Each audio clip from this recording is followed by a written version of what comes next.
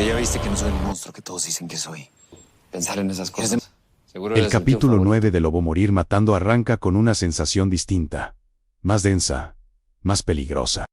Como cito, todo lo que creíamos firme empezara a resquebrajarse. La escena retoma segundos después del disparo. Antonia sigue con el arma en alto, la respiración entrecortada, el pulso descontrolado, frente a ella.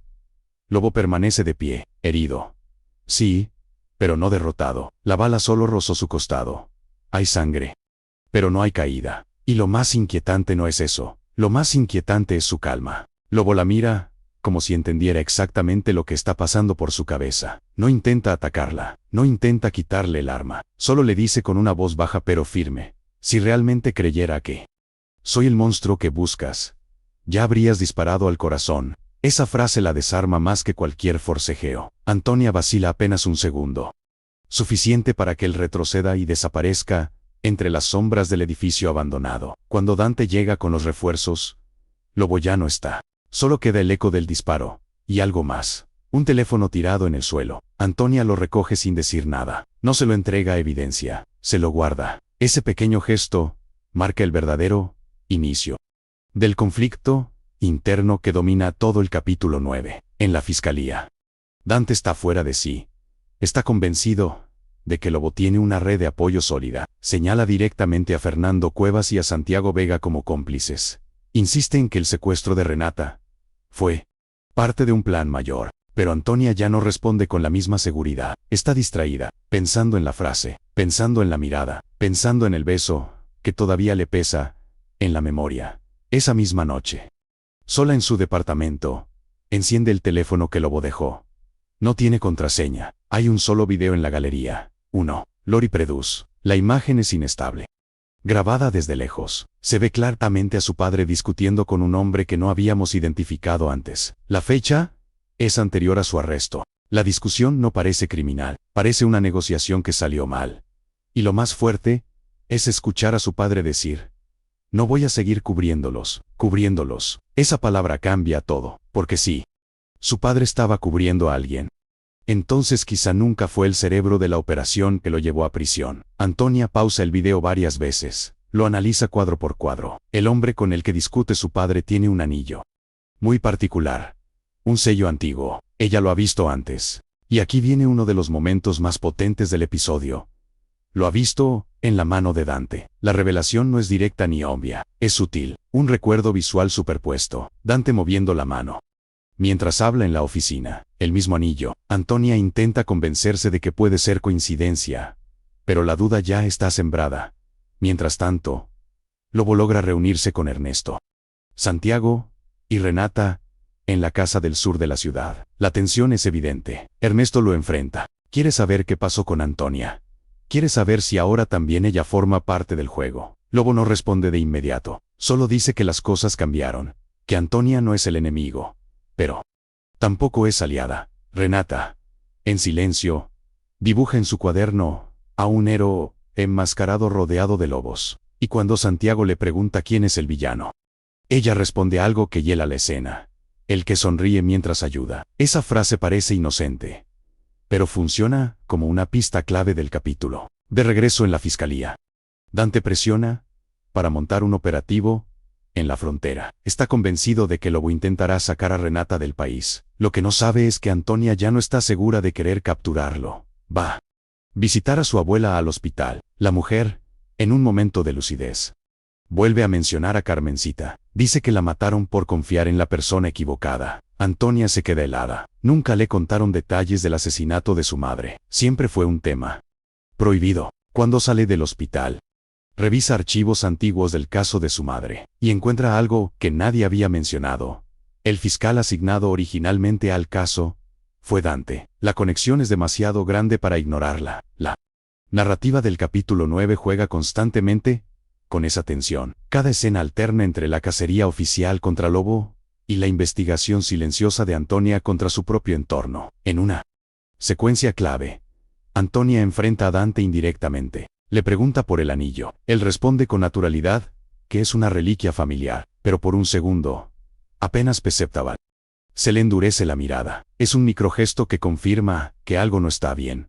Mientras tanto, En la Casa del Sur, Ernesto propone cambiar el plan. En lugar de ir directo a la frontera, sugiere filtrar información falsa para obligar a los verdaderos perseguidores a exponerse. Lobo acepta. Es un riesgo, pero es la única forma de descubrir quién mueve realmente los hilos. Y aquí viene uno de los momentos más tensos del episodio. La filtración llega exactamente a la oficina de Dante, en cuestión de minutos. Demasiado rápido. Eso confirma que hay una fuga interna o que Dante está más involucrado de lo que aparenta. El capítulo acelera hacia su clímax cuando Antonia decide confrontar directamente el pasado. Se reúne en secreto con un excompañero de su padre que estuvo en prisión con él. El hombre le confiesa que su padre nunca aceptó ser culpable.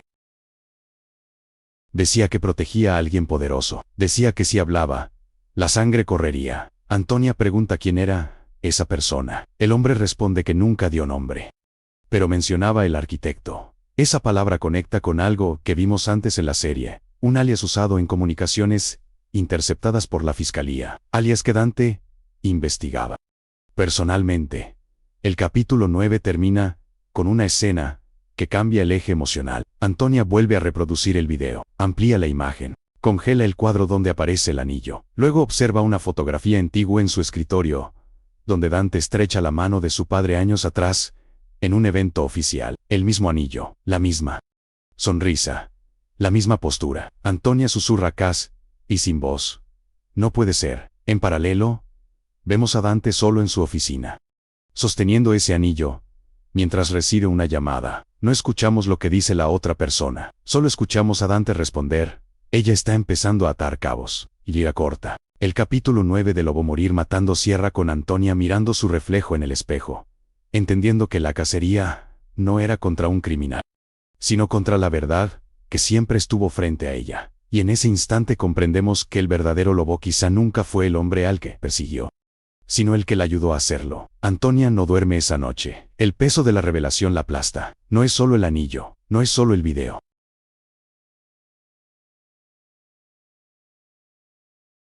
Es la acumulación de pequeñas incoherencias que ahora comienzan a tener sentido. Recuerda cada conversación con Dante, cada consejo, cada advertencia. Cada vez que le insistía en que Lobo era un manipulador experto. Ahora, esas palabras suenan distintas, como si hubieran sido diseñadas para sembrar una idea fija en su mente. Mientras tanto, Dante no pierde tiempo. Ordena vigilancia reforzada en carreteras, solicita apoyo federal y activa contactos en migración. Quiere cerrar el cerco antes de que cualquier duda pueda debilitar la narrativa oficial. Pero Lobo tampoco está improvisando. En la Casa del Sur, el ambiente es tenso. Ernesto insiste en que el movimiento debe hacerse esa misma noche. Santiago prepara rutas alternas y Renata, ajena al peligro real, dibuja mapas imaginarios donde el héroe enmascarado siempre encuentra una salida secreta. Lobo observa ese dibujo con una mezcla de tristeza y determinación. Sabe que no puede fallar. Sabe que el error no solo le costaría la libertad, sino la vida de la niña. En una escena clave, Lobo revisa documentos escondidos dentro de una mochila impermeable. Son pruebas físicas, no digitales, fotografías, copias de transferencias, nombres subrayados. Entre ellos aparece uno que cambia todo, un contrato firmado por una empresa fantasma vinculada indirectamente con el caso que llevó al padre de Antonia a prisión. La firma autorizante pertenece a un socio que años después fue asesor externo de la fiscalía, bajo supervisión directa de Dante. La red comienza a dibujarse con claridad. El plan de Ernesto consiste en filtrar una ubicación falsa en la frontera para medir la reacción. Lo hacen usando un canal que supuestamente solo la fiscalía monitorea. Minutos después, patrullas se movilizan exactamente hacia ese punto. No hay duda, la información está siendo vigilada directamente desde la oficina de Dante. Esa confirmación fortalece la sospecha, pero también acelera el riesgo. Si Dante entiende que lo están probando, puede volverse más agresivo. Antonia decide ir más lejos. Exida archivos restringidos del caso original de su padre. Encuentra inconsistencias en las fechas de las pruebas presentadas en juicio. Algunos documentos clave fueron integrados horas antes de la audiencia, sin cadena de custodia clara, y el responsable de avalarlos fue Dante. Cada hallazgo es un golpe a su propia identidad. Toda su carrera se construyó sobre la idea de justicia. Si Dante manipuló el caso de su padre, entonces, no solo encarceló a un inocente, destruyó a su familia, mientras ella investiga en silencio. Dante recibe reportes de que la frontera falsa no produjo resultados. Algo no cuadra. Ordena revisar accesos internos al sistema. Nota que alguien consultó expedientes antiguos. No necesita ser un genio para deducir quién fue. La confrontación se acerca. En la casa del sur, Renata tiene una pesadilla. Despierta llorando, diciendo que el héroe fue traicionado por alguien con traje elegante. Esa línea, aparentemente infantil, refuerza la idea central del capítulo. El enemigo no ruge. Sonríe. Lobo la consuela y le promete que pronto estarán a salvo. Pero sus ojos revelan que sabe que el enfrentamiento final es inevitable. Antonia finalmente toma una decisión que define el resto del episodio. En lugar de arrestar a Lobo, decide encontrarlo. Quiere respuestas directas. Usa un contacto antiguo para rastrear señales del teléfono que él dejó, entendiendo que quizá fue un anzuelo para guiarla. Y efectivamente lo fue. El dispositivo tenía un rastreador secundario que conduce a un punto intermedio. No a la guarida real, sino a un lugar simbólico, el antiguo muelle donde su padre solía llevarla cuando era niña. Allí encuentra a Lobo esperándola, no armado, no a la defensiva, esperándola. La conversación sigue es el corazón emocional del capítulo 9. Antonia exige la verdad. Lobo no niega haber participado en operaciones ilegales, no niega haber tomado decisiones cuestionables, pero insiste en algo. Él nunca ordenó el asesinato de su madre ni manipuló el caso de su padre. Dice que fue utilizado como cortina de humo para proteger a alguien con poder institucional.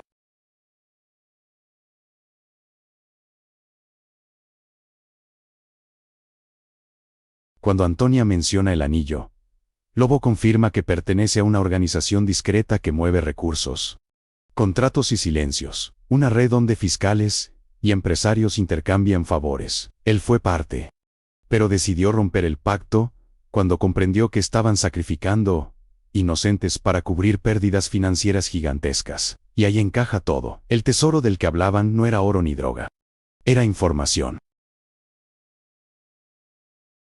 Renata es la llave, porque su padre biológico tenía acceso a cuentas cifradas vinculadas con esa red. La niña no es solo un rehén potencial, es un archivo viviente de claves heredadas. Antonia escucha, pero aún duda. Le pide pruebas finales. Lobo lega un sobre impermeable con copias físicas y le dice que diváis la fecha del asesinato de su madre comparada con la fecha en que su padre intentó denunciar irregularidades internas. Coinciden con exactitud.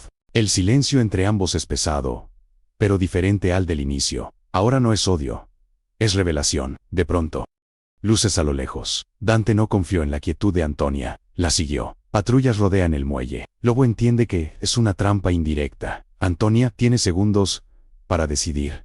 Y aquí el capítulo eleva la tensión al máximo. Ella apunta su arma, pero esta vez no hacia Lobo. Dispara hacia un reflector para generar oscuridad y grita que se cubran. El caos permite que Lobo escape por el agua usando una ruta previamente preparada. Dante corre hacia ella exigiendo explicaciones. Ella finge que Lobo la sorprendió y huyó, pero la mirada entre ambos ya no es la misma. Hay sospecha mutua. El capítulo 9 entra en su tramo final mostrando consecuencias inmediatas. Dante comienza a investigar a Antonia discretamente. Intercepta sus accesos al sistema.